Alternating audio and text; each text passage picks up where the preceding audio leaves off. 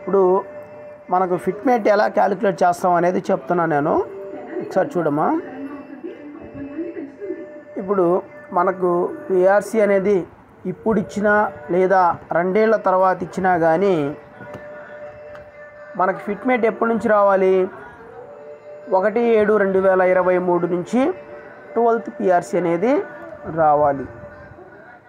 అయితే 1/7/2023 నాటికి మనకున్న బేసిక్ పే ప్లస్ అప్పటికున్న డిఏ ప్లస్ ఈ ప్రకటించినటువంటి ఫిట్మెంట్ పర్సంటేజ్ ఈ 3 కలిపి టోటల్గా ఎంతైతే అమౌంట్ వస్తుందో ఆ అమౌంట్ మొత్తము బేసిక్ పే అవుతుంది.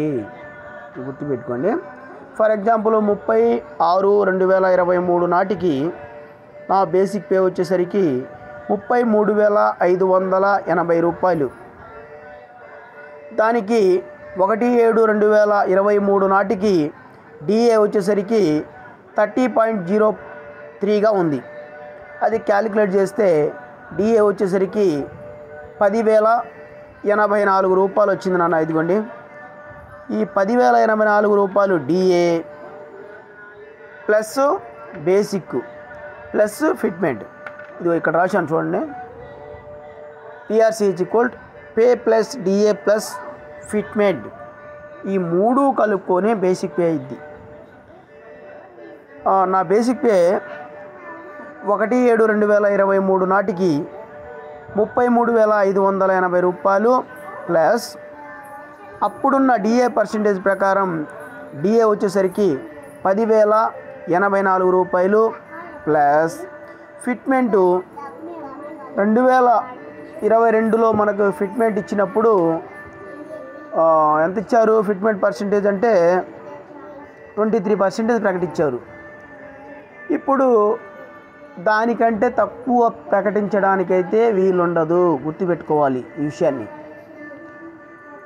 ఏ విధంగా ఫిట్మెంట్ ప్రకటించినా కానీ గత సంవత్సరం ఫిట్మెంట్ కంటే ఎక్కువే ఇవ్వాలి కానీ తక్కువ ఇవ్వకూడదు. ఎందుకంటే 2014 అంటే 2013 పిఆర్సీ, ఆ పిఆర్సీ ప్రకారం మనకు చంద్రబాబు నాయుడు గారు గతంలో 43% ఫిట్మెంట్ ఇస్తే జగన్మోహన్ రెడ్డి గారు 23% ఫిట్మెంట్ ఇచ్చారు.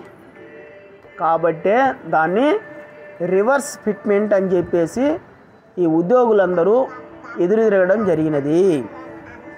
గుర్తుపెట్టుకోండి. సో మనకి ఇప్పుడు ఫిట్మెంట్ ఎంత ఇస్తారు? మినిమం 23 కంటే ఎక్కువ అంటే 24, 25 అని ఇస్తారు మినిమం. గుర్తుపెట్టుకోండి. నేను అనుకోవడం అయితే 30 అబోనే ఉంటుంది కానీ 30కి బిలో ఉండదు. ఎందుకంటే ఇప్పుడు కూరగాయల రేట్లు కానీ ఈ ఫిట్మెంట్ని ఎలా క్యాలిక్యులేట్ చేస్తారంటే పెరిగినటువంటి కూరగాయల రేట్లు, పాలు, ఈ యొక్క హౌస్ రెంట్ ఇవన్నీ మనకి ఏదైతే ఉంటుందో వీటన్నిటి దృష్ట్యా డైలీ ఖర్చులు ఒక వ్యక్తికి ఎంత ఉంటుంది అనేది చూసుకొని ఒక ఎంప్లాయీకి భార్య, 2 పిల్లలు, ఒక ఎంప్లాయీ బ్రతకడానికి ఎంత అమౌంట్ అవసరం అవుతుందో అనేది చూసుకొని ఫిట్మెంట్ ప్రకటిస్తారు. ఈ రోజుల్లో ఖర్చులన్నీ, నిత్యావసర ధరలన్నీ పెరిగిపోతూ ఉన్నాయి కాబట్టి ఫిట్మెంట్ మినిమం 22 కంటే ఎక్కువే 23 కంటే ఎక్కువే ప్రకటిస్తారు మినిమం. నేనైతే ఇప్పుడు 25% చేశాను అన్న. చూడండి ఒకసారి, ఇక్కడ 25% చేశాను. 25% ఫిట్మెంట్ వేస్తే ఎంత వచ్చింది? 8,395 రూపాయలు ఫిట్మెంట్ పర్సంటేజ్ ప్రకారం నా బేసిక్ పేకి అప్పుడున్న 1/7/2023 నాటికి ఉన్న ఫిట్మెంట్కి బేసిక్ పేకి క్యాలిక్యులేట్ చేస్తే 8,395 రూపాయలు వచ్చింది. టోటల్గా ఫిట్మెంట్ ప్రకటిస్తే నా బేసిక్ పే ఎంత అవుతుంది అంటే 25% ఫిట్మెంట్ ప్రకటిస్తే నా బేసిక్ పే వచ్చేసరికి 52,059 రూపాయలు అవుతుంది. ఇది నా బేసిక్ పే. ఫిట్మెంట్ 30% ఇచ్చాడనుకోండి, ఇంకో 5% పెరుగుతుంది. 35 ఇచ్చారనుకోండి, ఇంకా పెరుగుతుంది. కాబట్టి నేనేంటంటే క్యాలిక్యులేషన్ ఎలా చేయాలనేది ఇక్కడ చూపిస్తున్నాను. ఓకేనా? అయితే ఇప్పుడు బేసిక్ పే ఎలా వస్తుందనే చెప్పాను. బేసిక్ పేకి మనకు గ్రాస్ శాలరీ ఎలా వస్తుంది అనేది కూడా నేను చెప్పాలి కదా, కాబట్టి అది చెప్తున్నా చూడండి. బేసిక్ పే ఎంత వచ్చింది? 52,059 రూపాయలు వచ్చింది. దానికి ఈరోజు ఫిట్మెంట్ 25% ఇచ్చినట్లయితే ఈరోజు డిఏ ఎంత ఉంది అంటే 1/7/2024 తర్వాత 23 తర్వాత 1/7/2023 తర్వాత అప్పటి నుంచి డిఏ పర్సంటేజ్లన్నీ క్యాలిక్యులేట్ చేసుకుంటూ రావాలి. అంటే ఎన్ని డిఏలు వస్తాయి? ప్రతి 6 నెలలకు ఒక డిఏ. కాబట్టి 2023 డిసెంబర్ వరకు ఒక డిఏ, తర్వాత 2024 జనవరి నుంచి జూన్ 30 వరకు ఒక డిఏ, అంటే 2 డిఏలు.